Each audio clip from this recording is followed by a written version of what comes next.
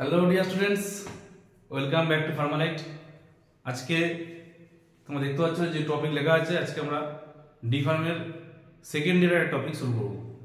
তো সেকেন্ড ইয়ারে চ্যাপ্টার থার্ডে বোধহয় চ্যাপ্টার থার্ড না ফোর্থে আছে কোলিনার্জিক ড্রাগ।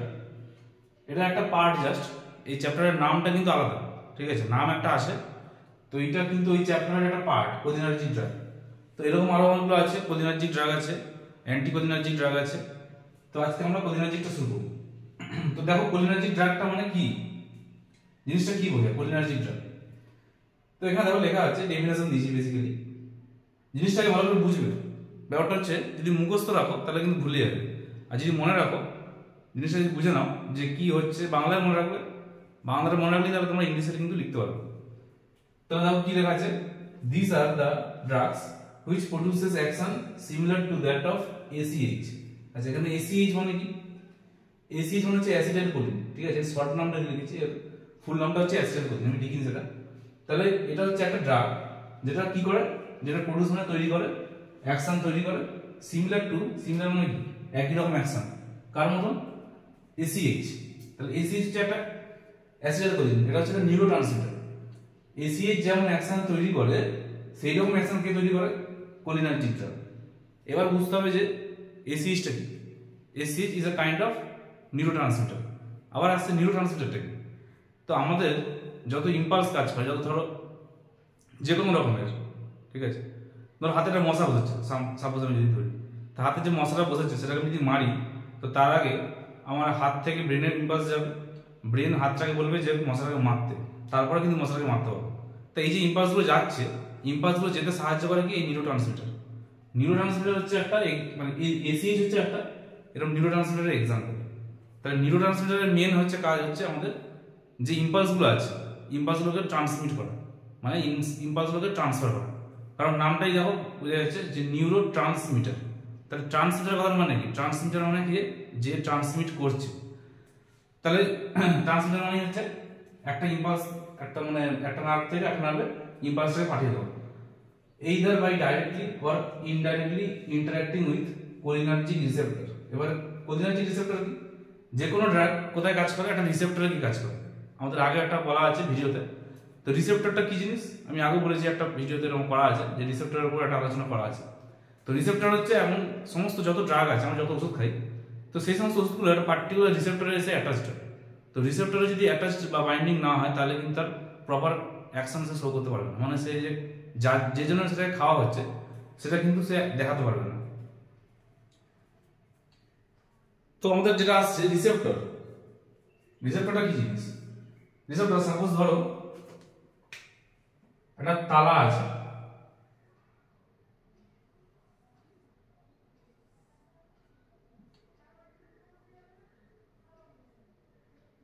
ধরো তালা, এটা খুব বাজে একটা ছবি হচ্ছে জানি, জাস্ট বোঝানোর জন্য আর কিছু না। তো এই তালার যে লক আছে, সেই লকে যে চাবি দরকার, এরকম যে চাবিটা দরকার, মানে এই তালার যে চাবিটা খুলবে সেই চাবি যদি দিই তবেই কিন্তু তালাটা খুলবে, নাহলে কিন্তু তালা খুলবে না, ঠিক আছে? তো সেমনই রিসেপ্টর হচ্ছে এমন একটা ধরনের জিনিস, যে ড্রাগটা আমি খাচ্ছি সেই ড্রাগটা পার্টিকুলার একটা তার যে প্রপার রিসেপ্টর আছে, সেই রিসেপ্টরের উপর গিয়ে বাইন্ড হবে, তারপরে তার কাজটা শুরু হবে।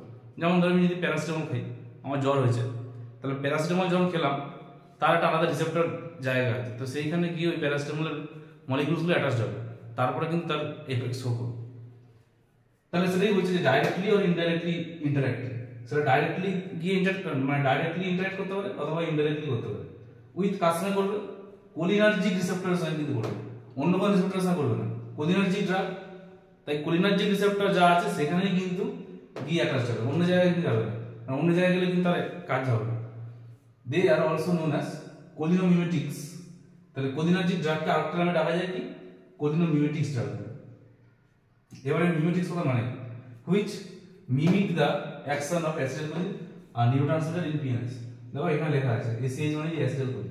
এই যে এখানে দিয়েছিলাম ACH, ACH এর পুরো নাম এখানে লেখা আছে অ্যাসিটাইলকোলিন আর নিউরোট্রান্সমিটার ইন পিএনএস। পিএনএস মানে হচ্ছে পেরিফেরাল নার্ভাস সিস্টেমের একটা নিউরোট্রান্সমিটারকে অ্যাসিটাইলকোলিন। তাহলে এই যে লেখা আছে না মিমেটিক্স, কোলিনোমিমেটিক্স, মিমেটিক্স মানে কি? তোমরা এই কথাটা শুনে দেখেছো। মিমিক কথা মানে কি? মিমিক মানে মিমিক্রি করা, মানে কাউকে নকল করা। তাহলে এখানে মিমিক করছে কাকে? কোলিনোমিমেটিক্স মানে কি করছে? মানে এই মিমিক করছে কাকে? মিমিক করছে কোলিনার্জিক ড্রাগটা কোলিনোমিমেটিক্স বলেও মানে বলা যায়। কোলিনার্জিক ড্রাগে আরেকটা নাম বলা যায় কি? Cholinomimetics drug. কারণ এটা মিমিক করে কাকে? মিমিক করে অ্যাসিটাইলকোলিনের যে সমস্ত কাজকর্ম সেগুলোকে মিমিক করে। এই দেখো এখানে লেখাই ছিল যে এই ড্রাগটা হচ্ছে এমন ধরনের ড্রাগ যেটা অ্যাকশন তৈরি করে কার মতন?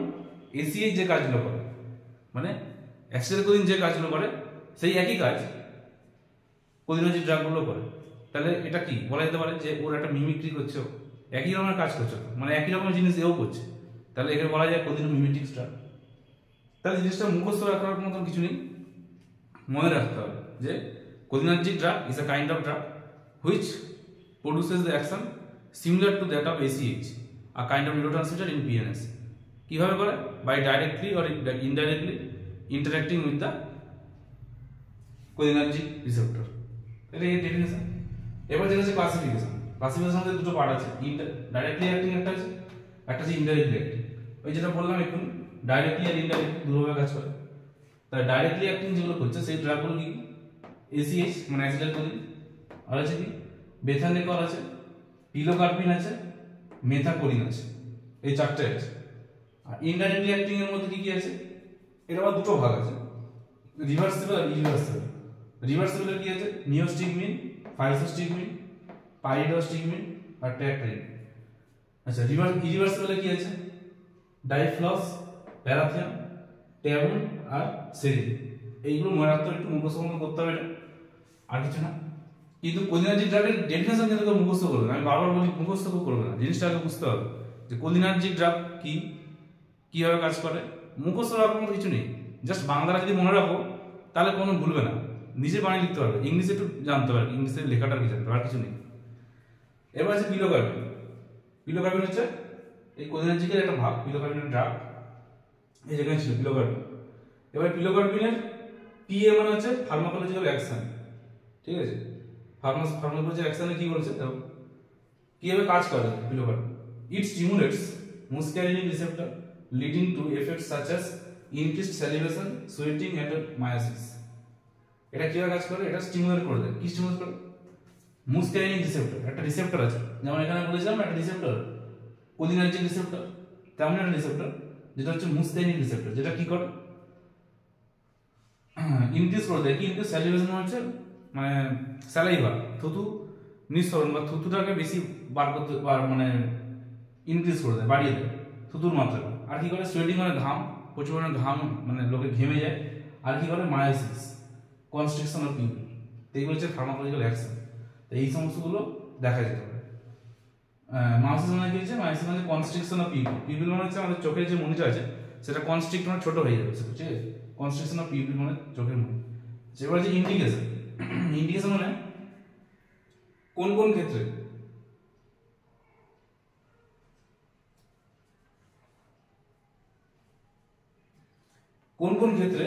আমরা এই ওষুধটা খাবো। আচ্ছা, dry mouth caused by radiotherapy in head and neck cancer patient. তো যদি ড্রাই মাউথ হয়, মুখ মানে মুখ শুকিয়ে যাচ্ছে, মুখে কোনো থুতু নেই, মুখে থুতু নেই, এই যেখানে লেখা ছিল না ইনক্রিজ স্যালিভেশন, সোয়েটিং এন্ড মায়োসিস, এই সমস্ত ক্ষেত্রে। তো এখানে ইন্ডিকেশন দেওয়া আছে। ইন্ডিকেশন কোন কোন ক্ষেত্রে? Dry mouth. ড্রাই মাউথ কখন হবে? যদি এটা কি কারণে? কজড বাই দ্য রেডিওথেরাপি, যদি কোনো রেডিওথেরাপির কারণে হয়। কোন কোন ক্ষেত্রে? যদি head and neck cancer patient, head and neck cancer patient যারা থাকে তাদের যদি কোনো রেডিওথেরাপি দেওয়া হয় তাহলে তাদের ড্রাই মাউথ হতে পারে, ড্রাই মাউথের একটা সিমটম দেখা যায়। তো সেই সমস্ত ক্ষেত্রে পিলোকার্পিন ইউজ করা হয়। কারণ পিলোকার্পিনের দেখো ফার্মাকোলজিক্যাল অ্যাকশনই বলা আছে যে এটা ইনক্রিজ স্যালিভেশন, সোয়েটিং আর মায়োসিস এগুলো করে আর কি, মানে স্যালিভেশন বাড়াবে, সোয়েটিং করবে, মায়োসিস করবে, এগুলো করবে। তাহলে আমাদের যদি ড্রাই মাউথ হয়, ড্রাই মাউথ মানে মুখে কোনো থুতু নেই, মানে মুখ পুরো শুকনো, তখন তাহলে ইউজ করলে কি হবে? জিনিসটা মুখে একটা ইয়ে ভাব আসবে, ঘাম বেরোবে, এইগুলো হবে। আর কি বলছে? Dry mouth in patient with Sjogren syndrome, আর কি আছে? গ্লুকোমাতে আছে। তো এই তিনটে জায়গায় আমরা ইউজ করি ইন্ডিকেশন, এটা মুখস্থ রাখতে হবে। এরপর হচ্ছে অ্যাডভার্স এফেক্ট। কি অ্যাডভার্স এফেক্ট? হচ্ছে প্রচুর পরিমাণে ঘাম বেরো, এটা একটা অ্যাডভার্স এফেক্ট। স্যালাইভেশন প্রচুর পরিমাণে হয়, এটা একটা অ্যাডভার্স এফেক্ট। আর কি নাউসিয়া হতে পারে, নাউসিয়া বমি ভাব বা বমি হতে পারে। আর কি ব্লাড ভিশন। ব্লাড ভিশন মানে হচ্ছে কি চোখে কম দেখা, ঠিক আছে, চোখে খুব অল্প অল্প দেখা, সেটা বলে ব্লাড ভিশন। এরপর হচ্ছে ডোজ। তো বাকি তোমরা দেখো, ডোজটা আমি বলছি।